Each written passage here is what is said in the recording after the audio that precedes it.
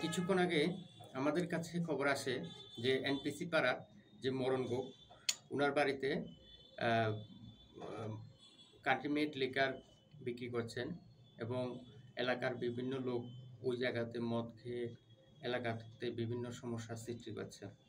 খবরটা পেয়ে আমরা যাই এবং বাড়িতে প্রায় 25 লিটারের মতো মদ উদ্ধার করি।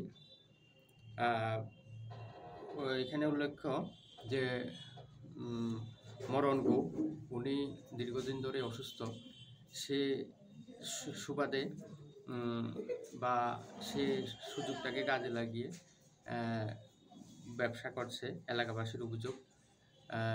তো আমরা এখন থেকে আমরা সেদিকে দৃষ্টি রাখবো যাতে সে আর এই ব্যবসাটা কন্টিনিউ না করতে পারে।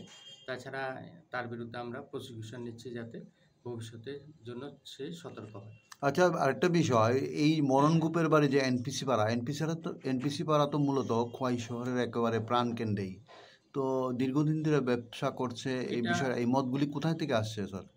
এগুলি আমরা কিছুদিন আগেও একটা ধরেছি, যারা চাম্পাওয়ার সাইড থেকে মদগুলি এনে দিয়ে যায় সকালবেলা ভোরবেলা। আমরা ভোরবেলাও আমরা রেডি বসি এবং আজকেও বসেছি যাতে যে চাম্পাওয়ার সাইড থেকে মদগুলি শহরে না ঢুকতে পারে।